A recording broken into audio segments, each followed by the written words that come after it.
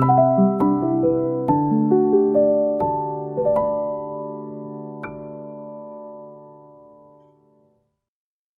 has always been something remarkable for me. The way it united our non homogeneous society as a language for all, it always intrigued me and made me wonder of becoming a pianist. Yes, I wanted to become a pianist when I was younger. It was a short, yet ambitious, and quite an idealistic dream of mine. Because everywhere I looked, there were dozens of individuals performing phenomenal music. And middle school was no exception.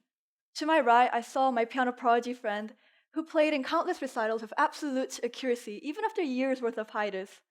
To my left was my friend playing a 13-page Chopin ballade, one of the most demanding pieces a pianist could ever attempt to.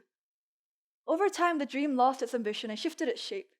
Perhaps it's because I knew that I wouldn't be able to achieve the goal of defining myself as a great musician. But that was okay, because deep down I knew that my goal wasn't about living in music, it was also about achieving something through it. Slowly, I realized that music wasn't just a passion of mine, it became a way that I wanted to prove who I was. A new dream bloomed, the same purpose and meaning as the previous one. I still wanted to become a musician. But just not a pianist, this time a composer. It was the same old do-re-mi and the same old sitting down in front of the piano that engaged me. When I thought of a tune and I made something exactly like it, or even better, I felt real. I felt defined, and that gave me comfort. Because when things weren't defined and they were patternless, it seemed like an absolute disaster. Definitions sheltered me. It gave me an idea of who I was, and it allowed me to predict myself. So that when I was dreaming of becoming a musician and my actions most reflected upon it, I felt defined. And that was also exactly what I was looking for, except I didn't know that should have been my entire vision. This isn't about attempts of becoming a musician, this is about attempts of defining. You've probably all heard the statement, numbers don't lie. A similar statement also appears in one of my favorite books of all time, The Little Prince. It says that adults like numbers because it allows them to visualize without faults. And I do believe that numbers are helpful, because I received that second place other than the first place for a reason. It allows me to visualize my musical skills. However, what I overlooked is that numbers don't define. They may describe, but they do not define, and they may refine who I think I am, but they absolutely do not define me. Let me share another quick example. How many fingers do I have? 10, right? It's an obvious and factual statement that describes me and my appearance. My 10 fingers do not define who I am. Just like that, just like how numbers don't define us, descriptions don't define us. They're mere descriptions. However, I realized that somewhere along the way, I confused descriptions, definitions, and the true meaning of definitions.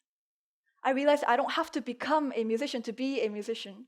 I realized that I don't have it to define me to be a part of it. When I realized, it felt like I hit my head really hard because I knew that some part of my dream was about denial. Denial that I know I don't love music as much as Chopin loved his, but I'm still going to tell myself I do and commit onto it because without music, it was just uncertainty. When I finally acknowledged it, it felt like a bittersweet reward, a key that I've been looking for a very long time. It felt like that one moment in the book Damien when the smaller, older world was shattered for the bigger, newer world to exist. I realized that out of fear, I kept falsely defining myself because it just looked better than fogginess and unsureness. We live in a non homogeneous society, and we're all non homogeneous to ourselves. By that, I mean we live in a constantly changing society as a poly-layered and poly-sided individuals. We hold multiple fragments, and nonetheless of how many they're all true and they are all us. Perhaps defining ourselves with numbers and words isn't quite the right direction. I believe that what resembles us the most is the crashing waves and the snow pile gathered up, emitting luminous white. Do you know that they aren't quite white, but they look white because they have multiple layers which all reflect light, ending up looking white? Just like how white isn't quite the right definition, so what we think that defines us might not be our definition. What I'm trying to say is we don't have to define ourselves. Because, as I said, we're poly-layered individuals.